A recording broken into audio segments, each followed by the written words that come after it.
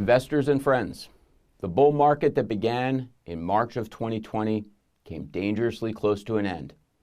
From March 23, 2020 through January 3, 2022, the S&P 500 index gained 114%. From that January 3rd closing high through the recent low on May 19th, the S&P 500 fell nearly 20%, narrowly avoiding the level at which bull markets end and bear markets begin. While we wait uncomfortably to see if the S&P 500 can hold its recent lows, it is somewhat reassuring to know that bear markets, not accompanied by recessions, tend to be milder. Bear markets without recessions tend to last on average 7 months. We are already 5 months into it. 1970, 73, 82, 01, and 08. These are the only bear markets that took more than 36 days to bottom after the initial 20% decline. All were associated with recessions. Bear markets not accompanied by recessions have historically experienced smaller declines, losing on average 24%. Bottom line, if the U.S. economy is able to avoid recession over the next 12 to 18 months, then this sell-off may be over sooner rather than later, and stocks could potentially make a run at previous highs.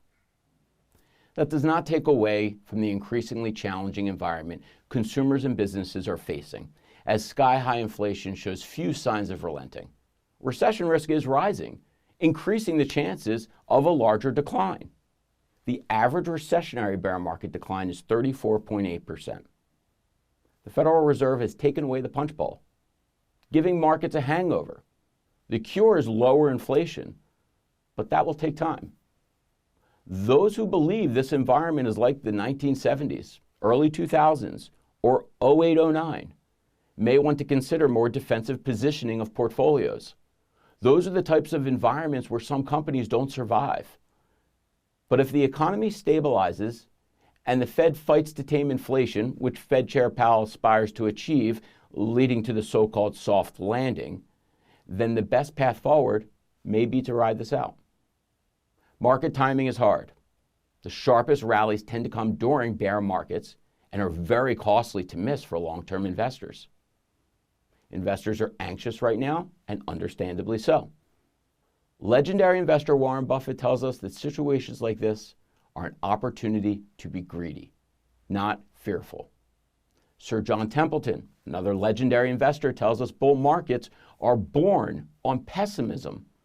Well, we have a healthy dose of pessimism right now to provide fuel for that next rally. Buffett's advice makes sense, but is difficult to follow in practice. For those who could fight off the temptation to sell when stocks are down and have an investing time horizon spanning more than a year or two, history suggests you will be positioned to do well. Again, bear market recoveries, when not accompanied by a recession, take on average 7 months to recover. From a long-term investing perspective, that's not a long time to wait. Please contact me if you have any questions. Stay safe and stay the course.